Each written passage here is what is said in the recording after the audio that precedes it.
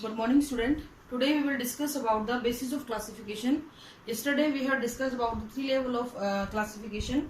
Tomorrow we will discuss. Yesterday we have discussed about the level of organization. Then we have discussed about the body plan. Then we have discussed about the digestive system and circulatory system types of their according to वो और germ layers की बात हमने कल करी थी.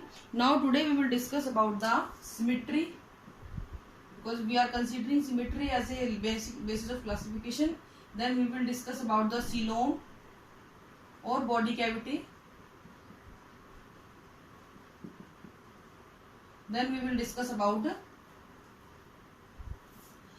metamer segmentation.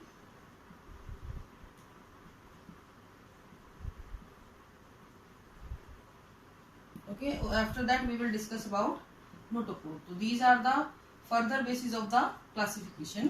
तो first of all we will discuss about the symmetry of the organism की सिमेट्री का किसी भी ऑर्गेनिज्म के कैसे उसको हम यूज करते हैं क्लासिफिकेशन के लिए.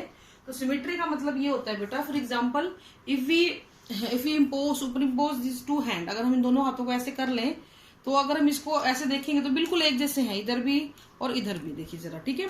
और इनको अलग अलग कर लेंगे तो ऐसे दिखेंगे. तो ये आपकी सिमेट्रिकल चीज को बताता है. तो अगर आप किसी भी ऑर्गेनिज्म को इक्वल प्लेन्स में बांट लेते हो या इक्वल हाफ में डिवाइड कर लेते हो तो वो उसकी क्या कहलाती है, सिमेट्री कहलाती है. On the basis of symmetry we have three type of organism: asymmetrical, radial symmetrical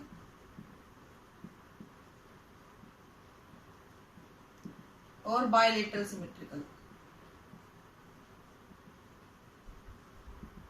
ठीक है. तो तीन तरीके से हमने इनको बांटा हुआ है. First of all will discuss about the asymmetrical organism. Like sponges के अंदर आते हैं. अगर हम अमीबा की बात करें, हालांकि अमीबा प्रोटोजोन है, वो एनिमल में शामिल नहीं होता है, बट स्टिल थोड़ा सा एग्जांपल के लिए मैं अगर आपको समझाना चाहूँ तो अगर मैं कहूँ कि अमीबा को किसी भी ऐसे प्लेन से काटो कि ये टू इक्वल हाफ में डिवाइड हो जाए, तो आप किसी भी प्लेन से इसको काट दो, ये कभी भी टू इक्वल हाफ में डिवाइड नहीं हो सकता, because it has a irregular shape. इसी तरीके से अगर हम स्पॉन्जेस की बात करें, पॉलीफेरा ग्रुप की बात करें, तो उसको भी अगर आप लोग बांटना चाहो, अगर मैं इसको ऐसे बांटना चाहूँ तो भी टू इक्वल हाफ नहीं बने, अगर मैं इसको ऐसे बांटना चाहूँ तो भी टू इक्वल हाफ नहीं बने, इसको ऐसे काटना चाहूँ तो भी टू इक्वल हाफ नहीं बन पाते हैं. तो कहने का मतलब है, जब आप किसी भी ऑर्गेनिज्म को किसी भी प्लेन से, organism can not be divided into two equal half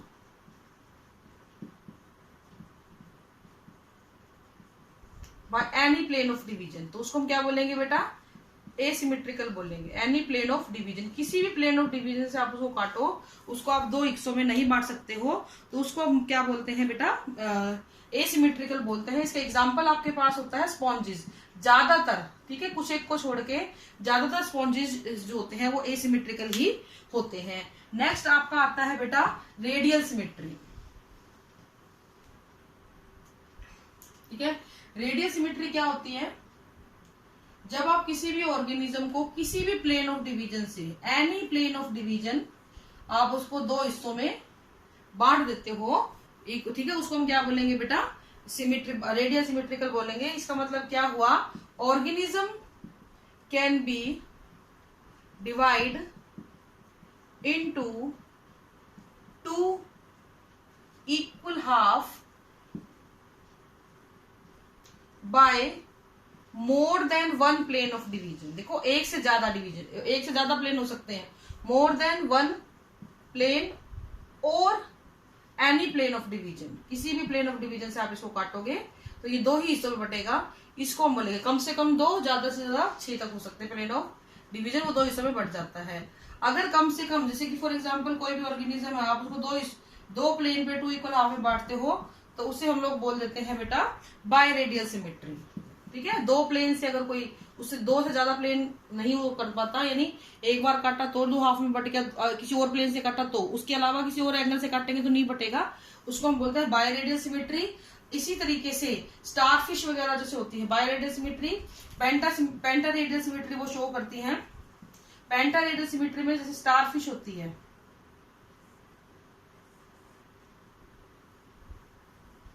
तो इस तरीके से आप इसको पेंटारेडियली काटोगे तो कहीं ना पांच ऐसे प्लेन आपको मिलते हैं, 5 एनी प्लेन, जिनसे आपको ये 2 इक्वल हाफ में बढ़ती हुई दिख जाती है। लेकिन एक चीज यहाँ पे नोट करने वाली है बेटा कि जो स्टारफिश होता है, इसका जो लार्वा होता है, स्टारफिश का जो लार्वा है, इसको हम बाइपिनेरिया लार्वा बोलते हैं। वो लार्वा जो होता है it shows the bilateral symmetry. ये ध्यान रखने वाली बात है कि जब ये लार्वल स्टेज में होती है तो ये बायलेटरल सिमेट्री शो करता है, और जैसे ही ये अपने आप को डेवलप कर लेती है, एडल्ट में कन्वर्ट हो जाती है, then it will show the pentaradial symmetry. ठीक है, तो अगर आप किसी भी ऑर्गेनिज्म को 2 इक्वल पार्ट में डिवाइड करते हो by any plane of division और more than 2 plane of division, तो उसको हम क्या बोलते हैं बेटा, रेडियल सिमेट्री बोलते हैं। लाइक वॉलबॉक्स है, उसको भी आप किसी प्लेन ऑफ डिवीजन से काट दो, ठीक है, वो भी क्या हो जाएगा, रेडियल सिमेट्री शो करता है। नेक्स्ट आपका आता है बेटा बायलेटरल सिमेट्री।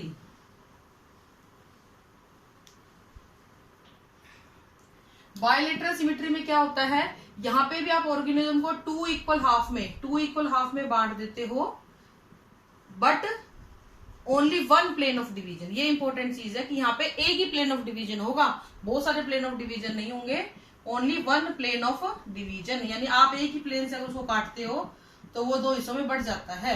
ठीक है, इसमें कैसे बढ़ेगा, वो लेफ्ट और राइट में एक प्लेन से, या फिर डोर्सल और वेंट्रल में, या पोस्टीरियर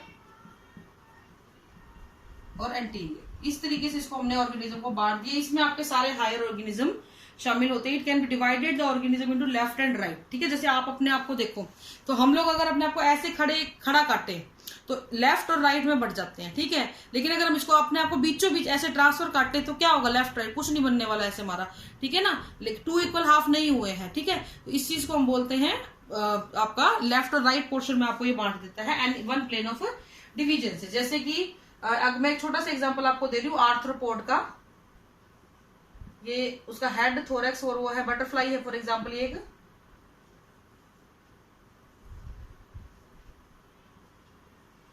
अब मैं इसको अगर ऐसे काटती हूं, ये वाला प्लेन ऑफ डिवीजन है, तो ये 2 इक्वल हाफ में बट गई। ठीक है, लेकिन अगर मैं इसको ऐसे काटूं तो देखिए जरा 2 इक्वल हाफ में नहीं कटी है ये, क्योंकि इसका हेड थोरैक्स एक तरफ चला गया, एब्डोमेन एक तरफ आ गया। तो इस तरीके से जब आप एक 1 प्लेन ऑफ डिवीजन से ही 2 इक्वल हाफ में काटते हो तो उसको हम क्या बोलते हैं बेटा, बायलेटरल सिमेट्री बोलते हैं। तो इसका मतलब ये हुआ कि ऑर्गेनिज्म को हमने 3 हिस्सों में बांट दिया। अगर वो बिल्कुल किसी भी तरीके से किसी भी प्लेन पे 2 इक्वल हाफ में ना बटे, एसिमेट्रिकल। अगर किसी भी प्लेन से 2 हाफ में बढ़ जाए तो रेडियल सिमेट्री, और अगर एक ही प्लेन से लेफ्ट और राइट में बढ़ जाए तो बायलेटरल सिमेट्री। मैक्सिमम जितने भी कोऑर्डिनेट्स हैं इकाइनोडर्मेटा को छोड़ के मैक्सिमम जितने भी ऑर्गेनिज्म हैं कोऑर्डिनेट्स, वो सारे के सारे क्या है, एनीलेटर से लेके कोऑर्डिनेट्स, वो सब के सब क्या शो करते हैं, बायलेटरल सिमेट्री शो करते हैं। नेक्स्ट आपकी जो बेसिस आता है वो आता है सीलोम। सीलोम को आप ऐसे भी समझ सकते हो, it is known as body cavity. तो ये एक कैविटी है, लेकिन इस खोखली जगह, कोई भी खोखली जगह, जैसे आपने पेन देखा होगा, पेन की रिफिल निकाल दो तो अंदर जो वो खाली जगह होती है ना, that is known as cavity. कोई भी खाली जगह जो होती है। अब आपको कैसे पता लगेगा कि कोई भी बॉडी कैविटी सीलोम है, उसको आप कैसे आइडेंटिफाई करोगे? तो एक चीज हमेशा ध्यान रखना, हम सिर्फ उस चीज को ही बॉडी कैविटी मानते हैं, उसी चीज को, उसी खाली जगह को बॉडी कैविटी मानते हैं which is internally lined with mesoderm, यानी जिसके अंदर मेसोडर्म होता है उसी को हम क्या मानेंगे बेटा, बॉडी कैविटी मानते हैं। तो इसका मतलब ये हुआ the cavity which is lined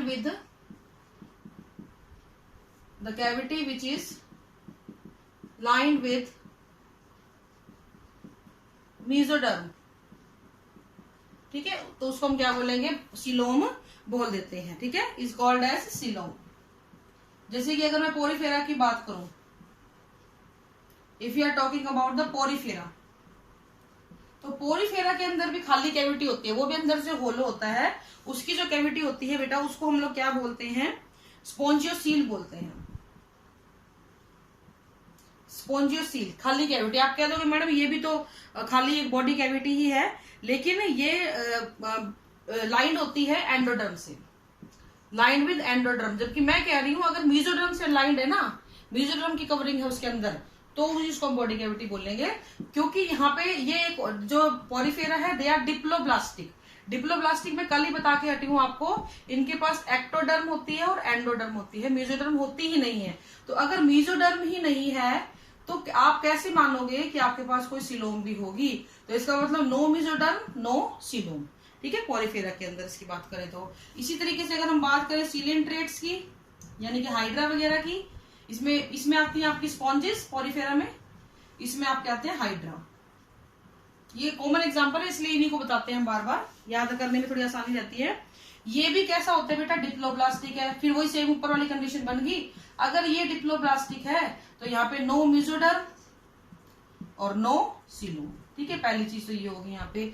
और दूसरी चीज ये होती है कि इसकी कैविटी को हम लोग बोलते हैं बेटा सीलेंट्रोम। यहाँ पे जैसे इसको बोला था स्पॉन्जियोसील, यहाँ पे इसकी कैविटी को बोलेंगे सीलेंट्रोम, ठीक है। तो ये हो गया आपका सीलेंट्रेट्स का। और उसके बाद हम अगली बात करते हैं, नेक्स्ट हम बात करते हैं बेटा प्लेटीहेल्मिन्थेस की। हालांकि प्लेटीहेल्मिन्थेस ट्रिप्लोब्लास्टिक एनिमल में आते हैं। प्लेटीहेल्मिन्थेस जो होते हैं बेटा, प्लेटीहेल्मिन्थेस जो होते हैं दे आर ट्रिप्लोब्लास्टिक। ट्रिप्लोब्लास्टिक हमने कल ही आपसे बात करी थी। They have ectoderm, they have mesoderm and they have endoderm. तीनों लेयर इसके पास होती हैं। लेकिन क्योंकि ये जो ऑर्गेनिज्म होते हैं बिल्कुल फ्लैट होते हैं, यानी कि डोर्सल और वेंट्रल साइड से ये बिल्कुल दबे हुए होते हैं, पिचके हुए होते हैं, जिसकी वजह से यहाँ पे बॉडी कैविटी बन ही नहीं पाती है। हालांकि लेयर मिलती है मेसोडर्म, लेकिन बॉडी कैविटी नहीं बन पाती क्योंकि तो बिल्कुल पिचके हुए प्लेट की तरह होते हैं।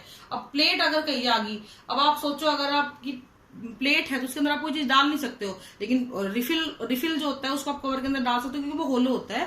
तो यहाँ पे सीलोम जैसी कोई चीज नहीं बन पाती क्योंकि ये डोर्सल वेंट्रल साइड से क्या होता है, बिल्कुल फ्लैट होता है। तो ये सारी की सारी चीजें थी जो आपको बताती थी कि इन जगहों पे सीलोम प्रेजेंट नहीं है। तो हम बात करें पॉलीफेरा की, सीलेंट्रेटा के, प्लेटीहेल्मिन्थेस की, इन तीनों में सीलोम नहीं होती है। तो जिन सभी ऑर्गेनिज्म में सीलोम एब्सेंट होती है उसको हम बोलते हैं बेटा एसीलोमेट। क्या बोलेंगे? एसीलोमेट। मैंने स्पेलिंग गलत लिख दी, ठीक है। एसीलोमेट बोलते हैं, यानी इनके अंदर कोई भी किसी प्रकार की सीलोम पाई नहीं जा रही है, ठीक है। अब देखो अगर इसका डायग्राम हम बनाना चाहें तो ऐसे बनेगा कुछ। फॉर एग्जाम्पल ये आपकी एक्टोडर्म हो गई,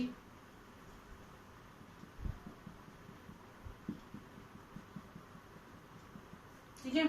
फिर आपकी ये हो गई एंडोडर्म, तो ये होगी एंडोडर्म, ये हो गई एक्टोडर्म, ठीक है। लेकिन यहाँ पे ये जो चीज होती है, खाली इसको बॉडी कैविटी बोल सकते हैं, कोई भी कैविटी बोल सकते हैं, लेकिन ये सीलोम नहीं है क्योंकि यहाँ पे जो लेयर है वो किसकी बनी हुई है? एंडोडर्म की बनी हुई है। अब हम बात करेंगे बेटा अगले उसकी, एस्केहेल्मिन्थेस जिसको आप बोल देते हो। एस्केहेल्मिन्थेस एक बहुत इंपॉर्टेंट चीज है जिसमें स्केलिस आता है। एस्केहेल्मिन्थेस के अंदर क्या होता है बेटा? जो ऑर्गेनिज्म होता है वो सूडोसीलोमेट होता है, सूडोसीलोमेट। ये ट्रिप्लोब्लास्टिक होता है। ट्रिप्लोब्लास्टिक मतलब क्या हुआ? तीनों लेयर मिलेंगी, एक्टो मीजो एंडो, तीनों मिलेंगी, एक्टो भी मिलेगी, मीजो भी मिलेगी, एंडो भी मिलेगी, ठीक है। लेकिन इन ऑर्गेनिज्म के अंदर जो सीलोम होती है वो प्रॉपरली नहीं बन पाती है, छोटे छोटे पैचेस बनते हैं उसके, ठीक है। इसीलिए इसको क्या बोल देते हैं हम? ट्रू सीलोमेट, सूडोसीलोमेट बोल देते हैं। लाइक ये एक्टोडर्म हो गई बाहर, ठीक है। फिर आपकी अंदर एंडोडर्म हो गई,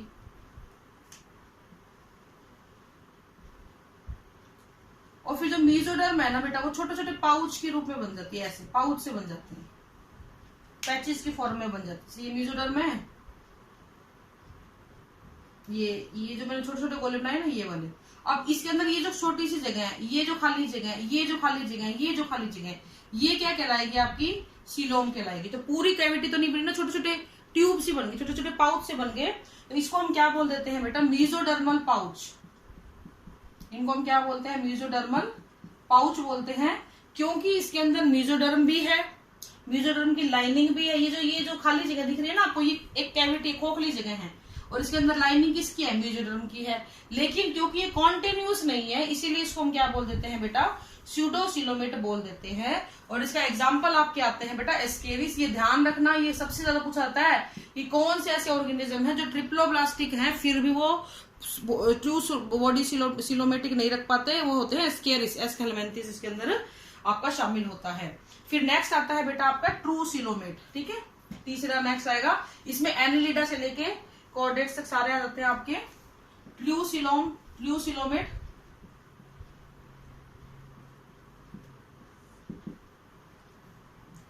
ट्रू सिलोमेट के अंदर क्या होता है बेटा, फॉर एग्जांपल आपकी ये एक्टोडर्म हो गई, ठीक है, इसको ऐसे मैं बता देती हूँ। फिर आपकी ये एंडोडर्मिस हो गई, ठीक है। इस तरीके से एक्टोडर्म और एंडोडर्म के बीच में मेसोडर्म बनती है और वो अपने आप को इस तरीके से स्प्रेड करती है बेटा,